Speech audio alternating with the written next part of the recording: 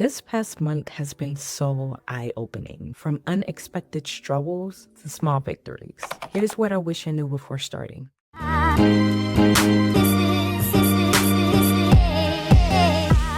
Hey y'all, welcome back to my channel. I'm Sony Francis, and if you're new here, I share content all about embracing a healthier, more intentional lifestyle. From natural hair care tips to DIY beauty product, healthy creative recipes, and inspiring Bible stories with real-life applications. But today, I'm switching things up. It's officially been 1 month, well, a little over a month, since I started this YouTube journey, and I've learned so much. So in this video, I want to share my honest thoughts on how it's going, what I've learned, and what's next. Plus, I'll do a little comparison to my first week stats, just to see how far I've come. Let's get it. Yeah, I'm coming on here looking so raggedy, but that's how you know this video had to happen. But on a serious note though, let's talk burnout. When I initially started this channel, I was super excited to share my experiences, trying new things, and connect with the community. And don't get me wrong, I still am. I love YouTube. I love putting myself out there and expressing my creativity. However, I quickly realized that it requires so much more out of me than I expected. If you had a chance to look at my I've tried YouTube for a week video, you would know that I posted 5 videos within my first week. I did that easily because I already had the content created and a strong idea of how I was going to present it. Most of the hard work was already done. That's the benefit of batch filming. I had posted hair care video, a baking tutorial, and a healthy meal recipe. That's the essence of my channel right there. But I knew that I wanted to include some form of spirituality or a religious aspect to complete my calling on this platform. So I implemented a 365 Bible plan, which is a plan to get to know the Bible better on a daily schedule, all within a year. There's bite-sized readings from different scriptures and a devotional section to tie it all in. This was perfect for me when I was doing it for myself. It got a bit hectic when I started to create content about it. There was a huge pressure to post daily and be consistent about it. I didn't know at the time that I was taking on a huge commitment, especially so early on in my journey. It got to a point where that was the only content that I was dedicating time to and posting, and still I was exhausted. I started off with posting the actual scripture and then doing individual devotions from each scripture. Then I switched to creating visuals for the scripture because not only did I think it would be more interesting for the people who decided to watch the videos, but it would be somewhat easier. It wasn't. I faced so many issues with keeping the characters consistent, how I was going to animate them, and then tie it all together. The whole process had me discouraged majority of the time. Like I was losing my everlasting mind. But lucky for me, I eventually figured it out. Is it perfect? No. Could it be better? Absolutely. But that's how life works. You literally have to keep pushing to grow. To fight the burnout, I got rid of unrealistic expectations. At the end of the day, only I know what I can endure, how far I can be pushed. Instead of ignoring my feelings and trying to force myself through with the suffering, I readjusted my timeline and workload. I decided to change the series from daily to weekly. I'm not entirely sure if it will help.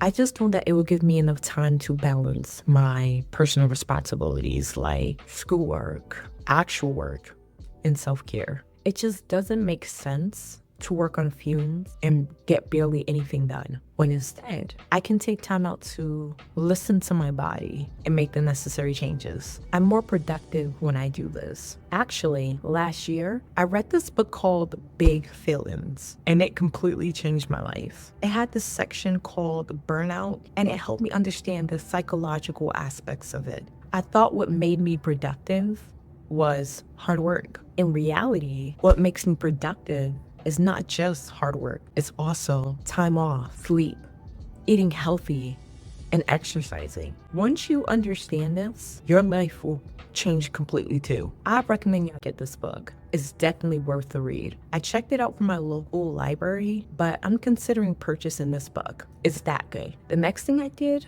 was establish boundaries and took a step back. I created cutoff time. I knew that at a certain time, there was no way I was going to continue working. For me, some days it's 12 a.m., other days it's 3 a.m. I'm listening to my body and readjusting when need be. I also made it a priority to not endlessly scroll on social media. And this wasn't a big problem for me because I nipped that in the butt last year. But some days I feel really depressed. And I think that if I scroll on YouTube or Facebook, I would find inspiration. Sometimes it helps, but most times it's a trap. So I just set alarms and reminders that help me limit my consumption. When I say I took a step back, I didn't have a choice. My anxiety was so bad, I couldn't focus on anything. There was no work being done, just stress. I realized I had to stop and pause.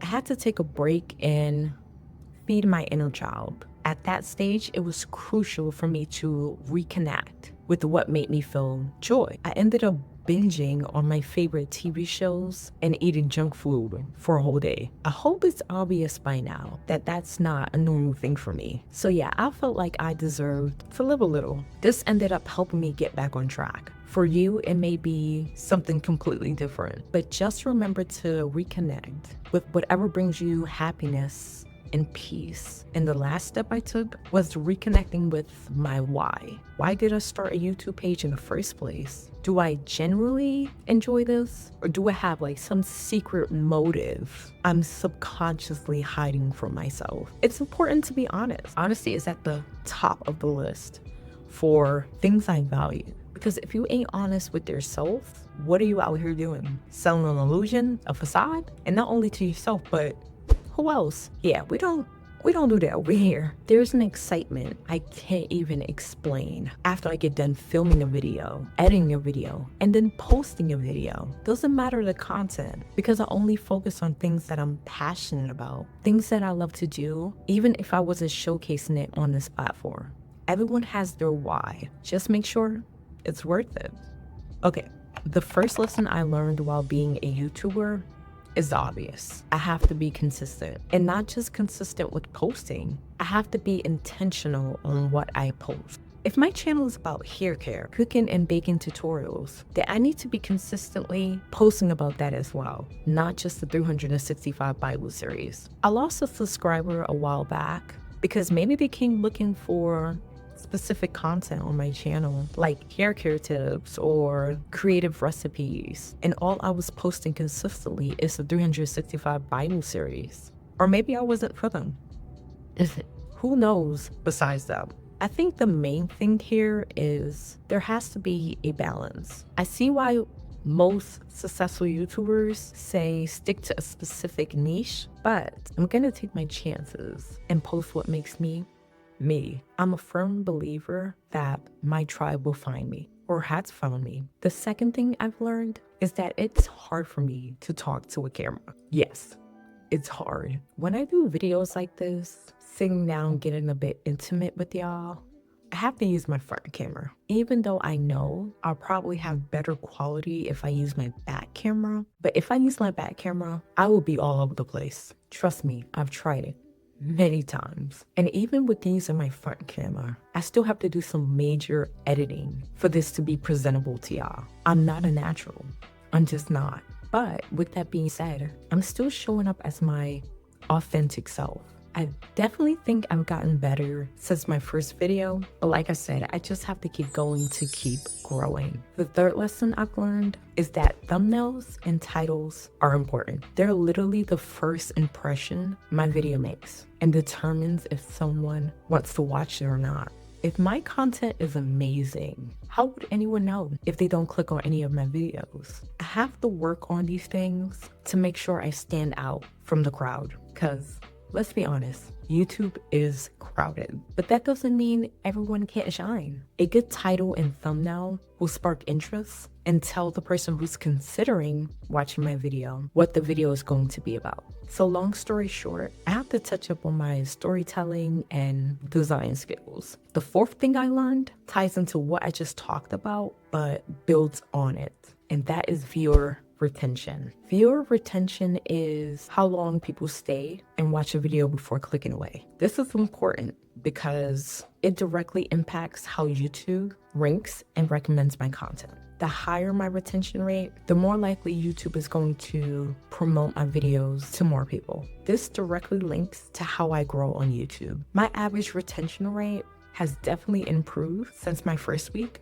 but I'm not exactly where I want to be. And that's okay. I'm not famous or rich. I'm just your average person. So normal to have hopes and expectations of where I think I should be, but I also have to be realistic about it.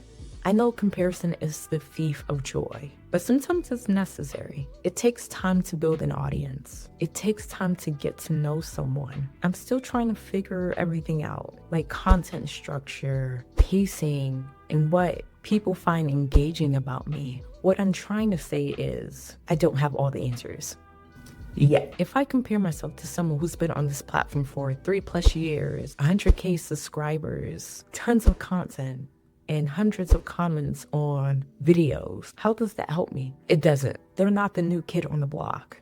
Or let's say Beyonce decides that she wants to start a vlogging channel, which is highly unlikely, but let's use our imagination here. She would do extremely well because she's been building that foundation for 20+ years. We know what type of person she is. We know her skills, her brand, and her tribe, the Beehive. All this goes to say is that I just have to keep showing up as myself, as well as keep learning and improving, because that's where the true growth happens. Okay, I don't want to focus on the stats like that because they fluctuate daily, even hourly, and it shouldn't be a basis for success.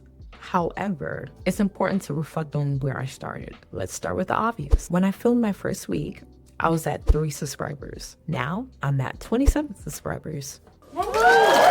That's a great sign that regardless, I'm reaching people who are interested in my content. There's people who want to know what I offer, what value I bring to my videos. I think as humans, we naturally tend to believe that if we're not the most successful person or an expert in a certain field or topic, that we don't have much to offer. But honey, that is far from the truth. If you feel like your life is boring, still film. Someone will be interested.